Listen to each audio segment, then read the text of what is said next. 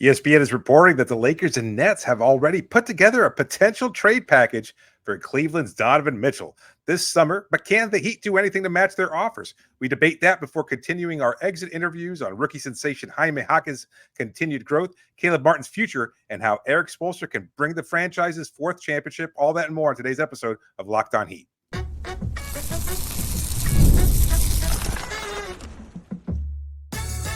You are Locked On Heat, your daily Miami Heat podcast, part of the Locked On Podcast Network, your team every day. You are Locked On Heat, your everyday podcast on the Miami Heat. Whether you're tuning in on YouTube, Odyssey, or your favorite podcast app, thanks for making Locked On Heat your first listen every day, Monday to Friday. I'm Wes Goldberg, editor at allyoucanheat.com, here with David Ramil, both of us credentialed Heat media members and the proud hosts of the finest Miami Heat podcast on the internet. We're recording this before Wednesday night's game between the Celtics and the Cavs, a game Donovan Mitchell won't be a part of because of a calf strain. This is likely going to be the end of the Cavaliers season, and that brings us to Donovan Mitchell's offseason. Most don't expect Mitchell to sign an extension this summer with Cleveland, and for the Cavs to then explore trading Donovan Mitchell. Brian Windhorst said on ESPN this morning that the Nets and Lakers have already prepared trade offers for Mitchell. What do you think this means for the Heat and a potential pursuit for Donovan Mitchell, David? Well, I'm not 100% sure what his future is. Like, I don't know what his motivation is at this point. And I know that that's something that has been highly debated. And, you know, he's always said publicly the good thing, like the right thing in terms of like, I want to stay here. I want to be a part of this team moving forward, etc. I don't know what Donovan necessarily wants. And so, is it to go back home to the New York area where he grew up? Is it to win? Is it to make money? Because all these things, I don't know that they can happen in the same area. Like the Knicks aren't a viable option. The Nets might be. And while he can take that team further than they did this season, that's not saying much. It didn't go anywhere. And so I don't know that that's necessarily the path to winning. So you can't have all those things all at once. Do you see it as a foregone conclusion that he leaves Cleveland? Because we're kind of all moving forward with that assumption. But I don't know that I'm there just yet. Like, I think they've got a good enough team. Maybe the fit with him and Garland hasn't been perfect, but between him, Jared Allen, Evan Mobley, even Max Strus, it's not like that's a bad team. They just haven't kind of figured it out. They haven't put it all together. And some of that might actually be on Donovan himself. Yeah, I'm not going to – I don't have any reporting on this. I don't know. I just know what everybody else is saying, and everybody's assuming that he's not going to sign that extension. And I think based on the comments from Donovan Mitchell, he's a smart guy. He's not going to put himself into a corner. And he said, like, you know, my focus all along is trying to win a championship this year and trying to win as much as I can this year. Every time he's been asked about it, he's sort of definitely sidestepped those questions. But he's never come out and said, yeah, I'm really excited about my future in Cleveland. And boy, do I love being a Cleveland Cavalier. And yeah, I think we're really building something here. He's never really got, and there's been enough where it's like, yeah, man, like it doesn't really feel like this guy wants to be in Cleveland long term. And like you said, the guy's from New York. He's played his entire career in Salt Lake City and in Cleveland. And no disrespect to those places, but the guy's from New York. You know what I mean? Like, I don't know that he necessarily wants to be playing in those places. He's going to be able to be a free agent, not this year when he's extension eligible, but the year following in 2025, whatever. And so I forgot what year it was. 25. Whatever. 25. But it's tough in these streets. But I'm not sure that the Cavs are just going to trade him just because he says he's not going to sign an extension. Like, if I'm Cleveland, I'm not trading him for just anything. Like, the idea of him walking for nothing is okay to me if I'm the Cavs, if the offers I get this summer aren't good enough. And I do have what these offers might be from Brooklyn and the Lakers. It doesn't take rocket science to figure out what it is that their packages are. It's all in the trade machine. But and I have an idea for what Miami's potential offer could be too. But like, if you're Cleveland and the offer's not good enough, like this team is banged up against the Celtics right now. Again, recording this before tonight's game, but it's probably going to be over for them. But no Donovan Mitchell, no Jarrett Allen in this game. It's a good team. There's a lot of talent here. Who knows what they do with their head coach, J.B. Bickerstaff. There's been conflicting reports about whether he's in or out. I guess it depends on whatever happens. I don't know. But there's enough there where you could say, you know what, let's give this another go. And maybe we win the championship next year. Maybe we get to the Eastern Conference Finals next year. Maybe we make a real push next season.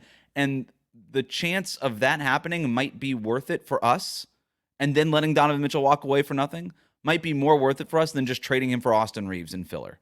And I'm not going to assume that the Cleveland Cavaliers are just going to trade him. Now, if they open up a bidding war, then chances are that those offers go up, and maybe it does make sense for Cleveland to do something. But yeah, I don't know. I'm just following the reporting. There's enough people whose reporting I really respect and who are right on these things usually, that are saying, like, prepare for a Donovan Mitchell trade, because it feels like he might be the most likely guy to move this summer. And it feels like the Lakers are acting like that. The Nets are acting like that. I'm with you. I don't know why the Knicks would ever trade for Donovan Mitchell. You've got your guard. You've got Jalen Brunson. Save your assets. Do what you got to do. Maybe you're able to upgrade the Julius Randle spot sometime in the future, but you're good. Just relax if you're the Knicks. All this stuff is gravy right now.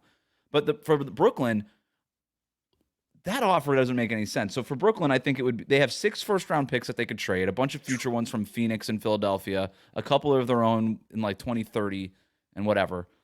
So like fine first-round picks, but not great ones. And then the Ben Simmons expiring contract, if that's something that the Cavs would be interested in, just sort of like getting off the salary slot completely, basically. Or Cam Johnson at $24 million, who's a negative asset at that money right now. And then you've got like your little Dorian Finney-Smiths and stuff like that. But like, they're not going to trade Mikal Bridges for Donovan Mitchell, because that defeats the point of getting Donovan Mitchell. Right. Unless you just want a star who can sell tickets. But because Mikal Bridges isn't that, and Donovan Mitchell might be. But even like the biggest star winning 30 games a year is not going to sell that many tickets. And that's essentially what that roster would be. So I don't know. I don't love the Brooklyn offer, because you're basically selling a bunch of your stuff to, and I don't even know if you're Cleveland, do you want draft picks? Like, you just got to the second round of the playoffs, right? You pushed Boston a little bit here before you got hurt. Like, I don't think they want draft picks. They kind of got their guy in Evan Mobley. They got a guy in Darius Garland. I think they want to try to build around those guys. I don't think they just want a bunch of new 20-year-olds to put them with. It's tough to see. I honestly don't, part of me wants to generate buzz, right? And kind of see if something similar to what we saw last summer plays out, and whether or not Donovan specifically requests Miami and all that. But there's a large part of me also that just thinks Miami can't contend with any other potential offers. And I'm done playing that game, because I made that argument last year with Lillard, and I'll make it again this year. For Mitchell, if he wants to win, I think Miami's the best option for him. And I don't know what that trade would entail, but again, with the system, the idea of consistency and everything else like that, and a friendship with Bam Adebayo, and a previous link there when he was being traded from Utah as well, I thought that it would make a lot of sense for Donovan Mitchell to join the Miami Heat. But I just don't know what Miami's path to acquiring him. And I could, let's just do it, right? I mean, you have okay. Yeah. So I already gave you the Brooklyn offer. Here's what the Lakers offer would be. It would essentially be Austin Reeves, I would imagine. And then 2 of probably the Rui Hachimura, Gabe Vincent, Jared Vanderbilt contracts. You would probably, if you're the Lakers, say take your pick of the 2 of the 3 to get to the salary that you need. And then they have 2 first-round picks in like 2029, 2031. All right. I mean, it's fine. Like, Austin Reeves is a fine player. Rui Hachimura is a fine player. But I don't know that moves the needle for me if I'm Cleveland. And then if you're Miami, the offer is what the offer has been. It's Tyler Hero, Nikola Jovic, Jaime Jaquez Jr., and 2 first-round picks. That's your max offer. You would probably try to keep one of Nico and one of Jaime. But I'll ask you this before I even answer. Based on Miami's package and the Brooklyn package and the Lakers package, and I'll also say this, just because Windhorst reported that the Lakers and the Nets are pairing their packages does not mean that the Heat are or not, or that does not mean that the Heat aren't preparing a package. Like, sure, they probably already know what the package is, but nobody's got consistent sourcing on the Heat. So that said, Miami's package versus the Lakers, the Nets package, where do you think it stacks up? I think it's comparable. I think it's better. But again, I mean, slightly better. Yeah, I feel like we went through the same exercise last year. Like, who was going to outbid Miami and who was a better fit. So I'm kind of just a little hesitant to and I don't know if it's just a matter of us covering the team and specifically seeing what these players are capable of and judging their potential based on the fact that they've been on this roster and that we've watched them so closely. But I mean, on face value, my perspective is that Miami's package at least seems better than these other teams' deals. But I don't know how Cleveland perceives it, and I don't know if that's just enough either. I mean, okay, is the idea of trading Jimmy to Cleveland out the window? Like, is that something that either Jimmy would accept, that the Heat would prefer, or that maybe Cleveland would want in terms of getting them closer to winning? It's something I thought about. I think the Cavs would be like, yeah, sign me up. Donovan Mitchell for Jimmy Butler straight up. Like, let's go. The problem is that you're dealing with the same problem. Yeah. That's the difference is maybe, but would Jimmy want to accept an extension from them at that point? I don't know. That's something only Jimmy Butler and Bernie Lee can answer at this point. So, if Cleveland is willing to offer the max money that Miami isn't, and again, we don't know whether or not the Heat will ultimately succumb and kind of just give them the max, but if Cleveland's willing to do it and Miami isn't, then maybe that's something that could happen. The other option too is that maybe there's another team, Philadelphia, Houston, one of these other teams, where you trade Jimmy Butler there, get some draft picks and assets back for Jimmy, and then use that stuff to go ahead and acquire Donovan Mitchell and maybe sweeten the offer that you already have with the current assets that we already talked about. So I think I don't know if I like that. That kind of depletes Miami and puts them in the same position that we were talking about in Boston's case. I mean, but Brooklyn's case, excuse me. Like, it's a team of Donovan Mitchell and Bam Adebayo is fine. They're not going to win that much either. What if you're able to keep Nico and Jaime because you traded Jimmy for other things that Cleveland wants? I don't know. Perhaps what are you getting back? Right. Like 3 middling picks and Paul Reed? Like that's the proposed trade package for Jimmy Butler, right? If you could get 3 first-round picks from Philadelphia and then reroute that and Tyler Hero to, I don't know. It's very complicated. It is complicated. But I don't see the path. Like, I mean, like I've said it before and I'll say it again, and I think we're both in agreement on this. Donovan is the right player for Miami in terms of like an innings eater, a guy who could put up big numbers, a guy who has weaknesses defensively and everything else like that. But given what his strengths are as a scorer, would certainly take the load off Miami. And as we've discussed a number of times, like Miami breaks down because they're overworking on every possession. Well, they don't have to with a guy like Mitchell. He is a bucket getter, a much better and a high level elite player. Whatever they might have hoped for Tyler, he is not that. And Donovan is much better at that. So guy scored 70 points in a game during this regular season, had 50 points in a playoff game in the first round. He's durable when his face isn't broken, like it was in like he got in the regular season. And so, if I'm Cleveland, I'll say this: I don't want draft picks. I want young, good players who can help me build around Garland and Mobley and maybe Jared Allen. They could also trade him. Who knows? But yeah, like to me, Tyler Hero does make sense on Cleveland. And maybe this is just me trying to sell it, but as a shooter and as a scorer, he does make sense. He's not as good as Donovan Mitchell. I'm not saying that, but he does make sense on that roster. Nikola Jovic and Jaime Jaquez. I mean, Cleveland's had an issue at small forward basically since LeBron left. Right. Jaime Jaquez, at least, I don't know that he solves the issue, but he goes a long way in addressing it. Okoro. Yeah, exactly. And Nikola Jovic makes a lot of sense in terms of a future front court partner with Evan Mobley. If ultimately you decide that the Jared Allen Evan Mobley build isn't what you want to be doing, so. I don't know. I think it's good. Ultimately, though, this is important to consider. Donovan Mitchell, because of the contract situation, does have some sway in where it is that he wants to go. If he looks at Brooklyn and says, okay, wait, so this is it, and you're not going to be able to get me unless you trade Mikal Bridges, I'm not going to sign there then if I'm not able to play with Mikal Bridges. I'm not going to go sign in Brooklyn, even though it's my hometown, and it's not really, right? It's one thing to play in Brooklyn. It's another thing to play for the Knicks, you know? Like, I'm going to go on a limb and say Donovan Mitchell grew up a Knicks fan. So, but if he's like, it's like, yeah. Like, if you're Donovan Mitchell, you're like, I don't want to go to Brooklyn if it just means that I get to play with Nick Claxton. Like, that's not doing it for me. And, I don't know that the Lakers have the stuff to get it done, and maybe Miami does. But if he's got an appreciation for Dwayne Wade, who he knew in Utah and all these things. He's got an appreciation for Miami. He spends his summers here with the Miami Pro-Am, all these things. He could basically say, that's the place where I want to resign. And it's essentially what Damian Lillard did last year, but he screwed it up. And so maybe Donovan Mitchell can learn from Damian Lillard's mistakes and say, well, this is how you really do it. So perhaps that's what ends up happening. I don't know. It's not Aaron. Who was that who represents Lillard? Aaron Mintz, was it? I can't remember. Lillard? Yeah. No, Lillard's got that guy, his own kind of agent. The one. Okay. Aaron Mintz is like a super agent. Are you talking about Lillard or Mitchell? Mitchell, yeah. Who's Mitchell's agent? I'm trying to just a guy who could probably handle it a little bit better than Damian's agent did last year. Just look it up. Donovan Mitchell is represented by CAA, who has a little bit more experience in doing these kind of dealings than Lillard and his team. So maybe that's a way that's probably a pro in Miami's favor here. All right. We're going to move on to our exit interviews. What does Jaime Jaquez Jr. need to focus on to build off of a strong rookie season? What does Erik Spoelstra need to do? Can he even be a better coach than he was? We'll talk about all of that next here on Locked On Heat.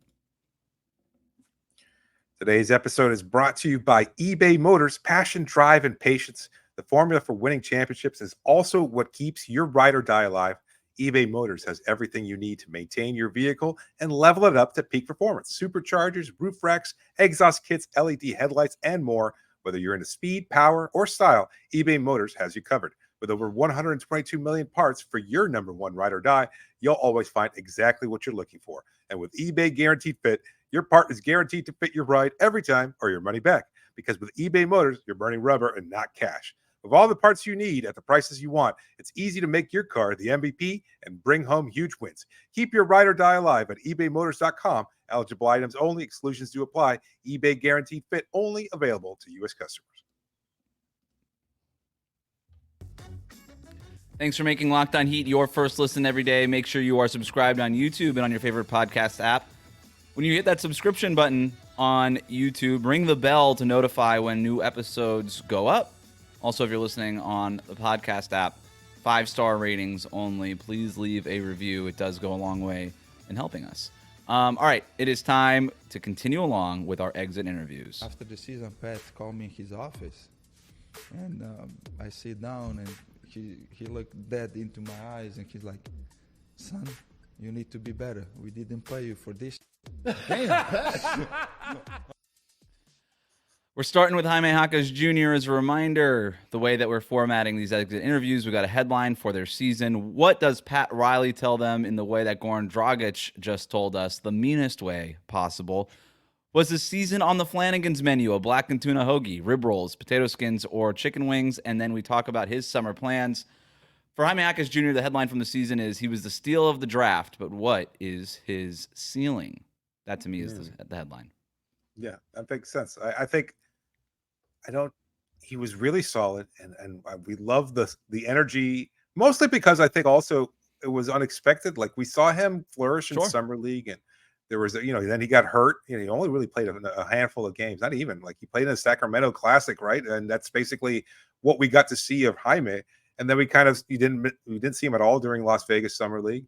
Then we're hearing buzz about, he really gets it. He's smart. Well, yeah, we show up to training camp in Boca Raton, and everybody that'll talk is just like, this guy is like legit. Right. Everybody just come on, like, this Jaime Jaquez Jr., don't sleep on him.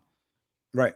But that could just be camp talk. That could be just like, we're hyping up our rookie. But no, sure enough, he wound up really being very, very solid. And then we see flashes, we see flourishes, we see dunks, we see the passing, we see the low post game, and it's like, oh, hell, nobody's really ready for this guy to be this good.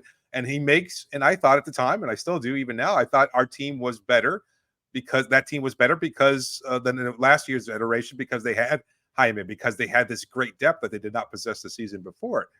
Didn't work out that way because everybody wound up missing time, and who cares if you have all this depth if half your roster's on the injured reserve then the list depth goes away. That's what happens. So the depth becomes the starters, and now you have no depth. That was sort of the headline of Miami's season. No, Jaime Jaquez Jr., absolute steal. Was a first-team All-Rookie, I think. Did that get announced yet? Yes, it was. Him, okay. Brandon Miller, Wemby. And then in terms of what his ceiling is, I know that there's a lot of blowing smoke up this particular thing all season long. What is he, a top 50 potential? Like, what is it going to be? I don't care. I don't think the Heat really care about that right now either. I think this is a situation of, this is why you can't have nice things. When you start talking about, can this guy be a multi-time All-Star or whatever it is, no, forget it. Just let this guy develop, all right? You got the steal of the draft. He's, by the way, 23 years old. Everybody's like, oh, this is why you get older guys and they're ready to play. Yeah, they're ready to play. The problem is that also they're a little bit further ahead in their developmental curve.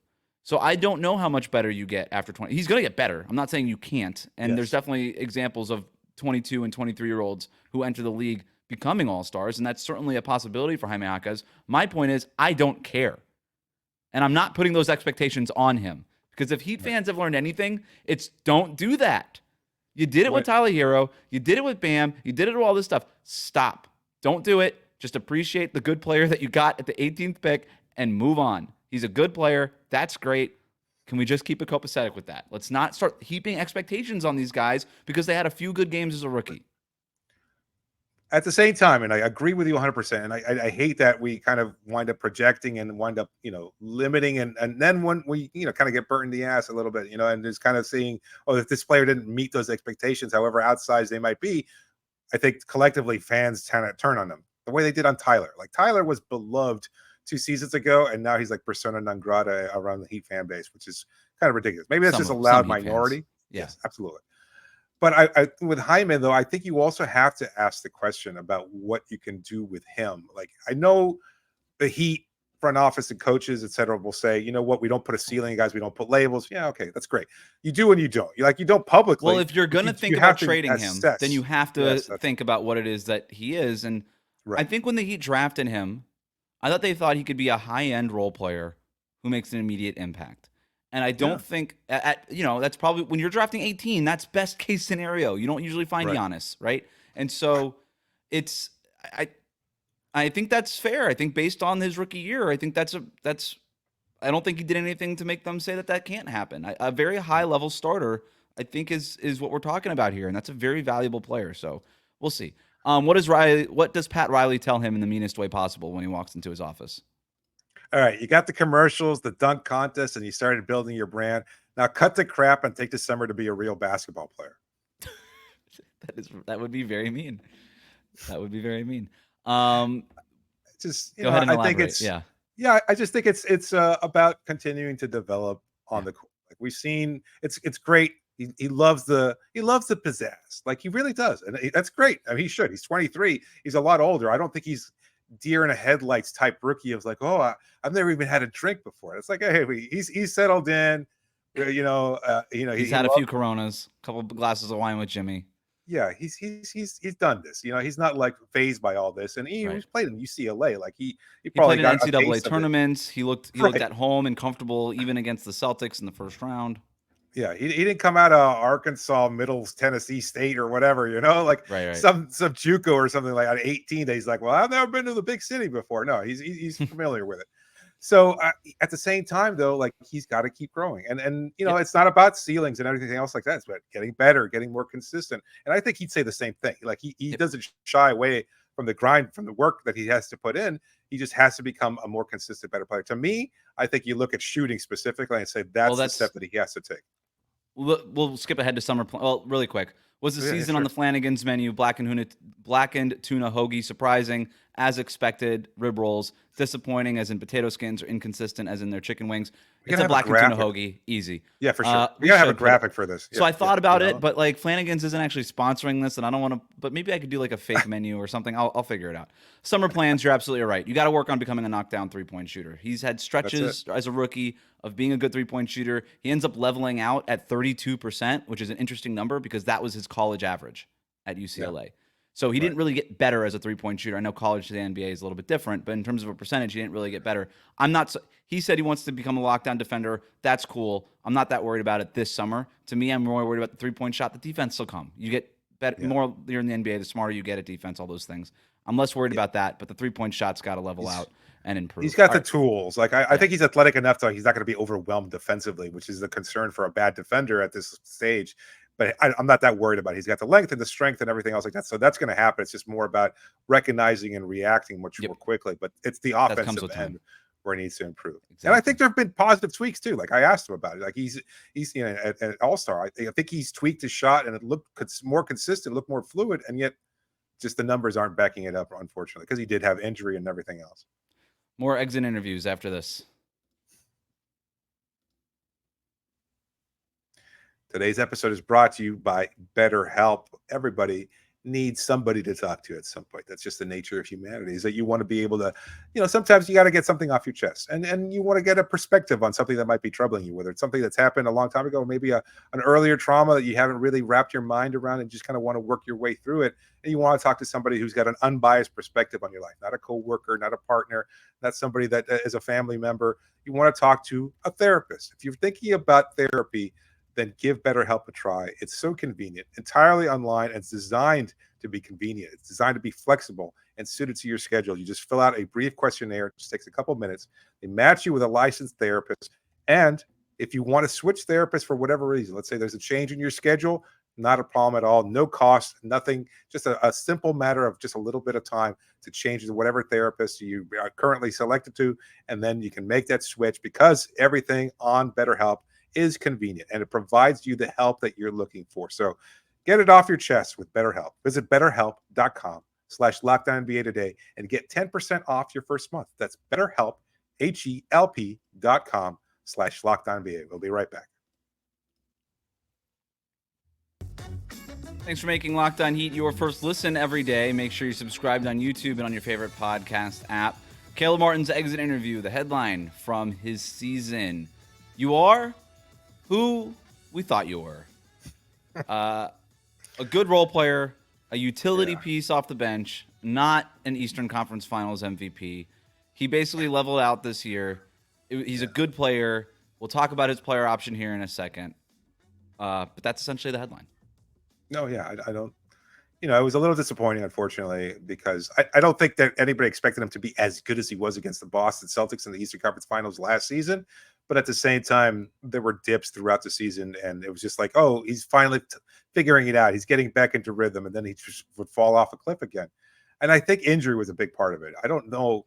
I can't recall if during his exit interview, he's not the type either to kind of say, oh, I was locked down by injury. He looked unhealthy. Not explosive. Yeah. And it's a guy who's but nothing but explosive. Sometimes the hitch was in the shot. Sometimes it wasn't. It was a little confusing there. He needs to spend this summer getting healthy, but that is not the summer plans that we have listed later on. What's the meanest thing that Pat Riley tells him during his exit interview? When you get to Sacramento, make sure you tell De'Aaron Fox how we kept you from going to China. Sacramento's a good spot for him. I think that there might. I kind of earmarked them as a possible trade deadline destination for Caleb. Ultimately, the Heat decided to hold on to Caleb Martin for the rest of the season. Is that too mean? It's all mean, but that's the whole point with Pat Riley. No, I get it. But that's Pat Riley kicking him out the door a little bit. Maybe more something like, "Hey, thank you for your service. It's been real. I think that you could be a really good NBA player one day, or something like that." I don't think that. I don't think that either. Though. I think we've seen his ceiling. Like, how much better can he get at what he's doing? Which is, I think he's been playing out of position for half the time he's been in Miami. That's anyway. Fair also. If you could bring back Caleb Martin and have him play the 2-guard spot, which is what he should be playing, not power forward, not even really small forward. He should be a 2-guard who could just defend other guards and hit open threes. I think he could have like a Contavious Caldwell-Pope type of impact somewhere. That's a great point. That is a great point. So, I mean, for a contending team, and it's just, I know the conversation is also like, oh, there was rumored trade talks and everything else like that. And just to address those and kind of put a bow on it, like Miami's expectation this season wasn't to be in the play-in tournament, and it wasn't to lose in the first round against the Boston Celtics. They were expecting another long playoff run. And for that, you needed your depth, and they were counting on Caleb, or they were hoping that Caleb would be able to provide it. So they kind of did the smaller version of Donovan Mitchell, what we were talking about before. It's just, hey, if he walks away for nothing, that's okay, because we're going to have him for the 3 most important months of our year, or four most important months of our year. And so I have no problem with them holding on to Caleb Martin. It's better than trading him for a couple of second round picks somewhere. You know, like it's that whatever. All right. His season on the Flanagan's menu, I think it was rib rolls. You could talk me into potato skins, but I think it was as expected. Rib rolls are what they are. To me, Caleb Martin was rib rolls. I'm going to go with chicken wings on that. I think a little inconsistent there. Sometimes they were flavorful, and sometimes they were charcoal briquettes, and sometimes, they were just too rubbery and undercooked or whatever. So that's probably better. Yeah. Yeah, he was all over the place. He had moments where it's like, wow, this is Caleb. He's back. And then like a week later, he'd tweak his hamstring or something would happen. And you're like, oh, man. Exactly right. Summer plans for Caleb Martin. Go get paid, sir. You've earned it. You've worked really hard. Like you said, you're almost out of the NBA. 3 hard years of working in this Miami Heat program. You got developed. You became a starter. You became a role player. Almost won Eastern Conference Finals MVP a year ago. Go get your money. Whether Miami Heat can afford him or not, probably not. He's going to be the player option that he's going to opt out of is worth $7-point-something million. He's going to opt out of that. I think he's going to get somewhere around like the mid-level exception between 10 and 12 a year is probably where this thing levels out. And the Heat are not going to be able to afford it.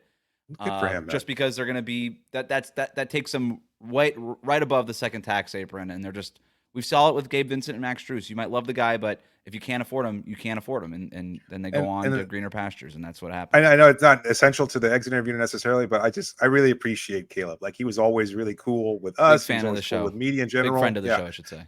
The guy was just always open and available and friendly, and just even from day one, like he always loved the work, the culture.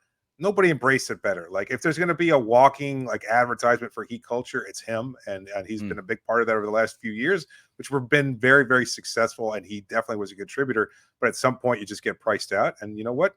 Let him benefit from it. That's just how it keeps it going. This is what Heat culture is. Yeah. You get developmental guys, they get paid, and they move on. And you're supposed to have a pipeline here. That's a whole different conversation. But look, there's still the option of Miami shedding salary some kind of way with a trade and perhaps being able to bring Caleb Martin back. But those are several steps that kind of in between those things. So Caleb Martin, congrats. Really quick, let's just do Erik Spoelstra. I don't think we need to spend a ton of time here, but headline from the season from Spo, did the most with what he had. Yep. That's where I'm at. I know fans are going to, we debate the rotations and, like, should he have played Thomas Bryant more? Why wasn't DeLon Wright in the rotation for 2 weeks? All these things. I kind of hinted at it while it was happening, by the way. DeLon Wright not meeting the body.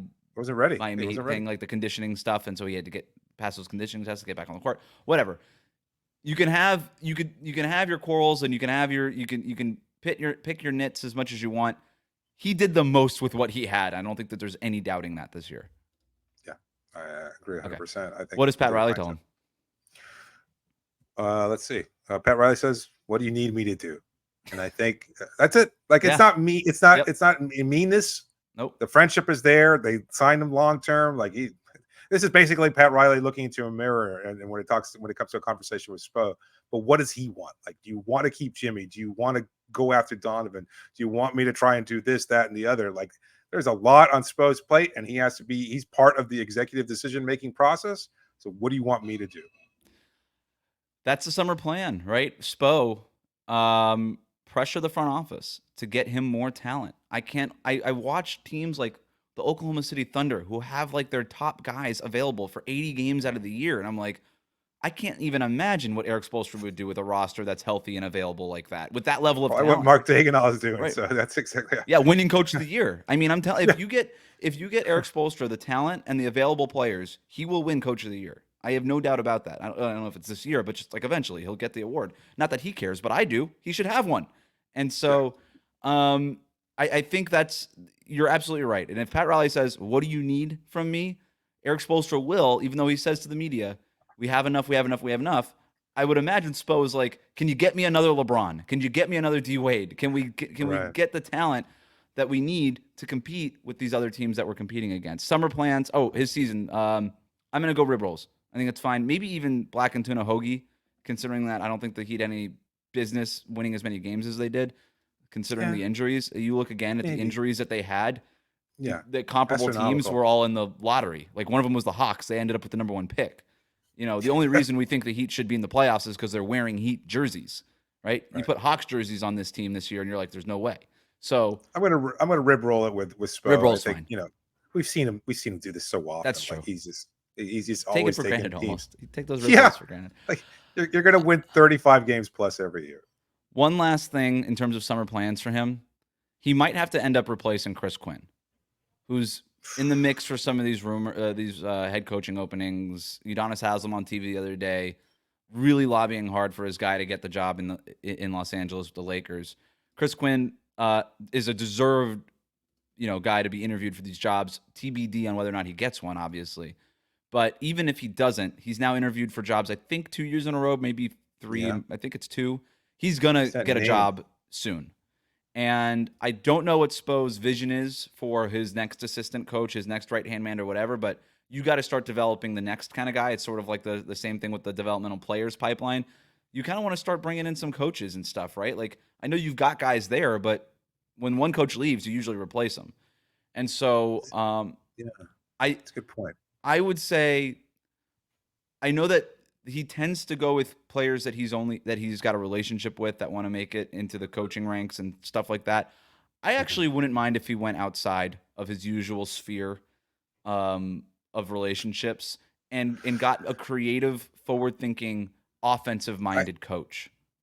I think there's already a name there. Like, I think everybody kind of slides up, and I think it's Goran Dragic who kind of just fills in right away. You think Dragic wants to coach? That would be interesting.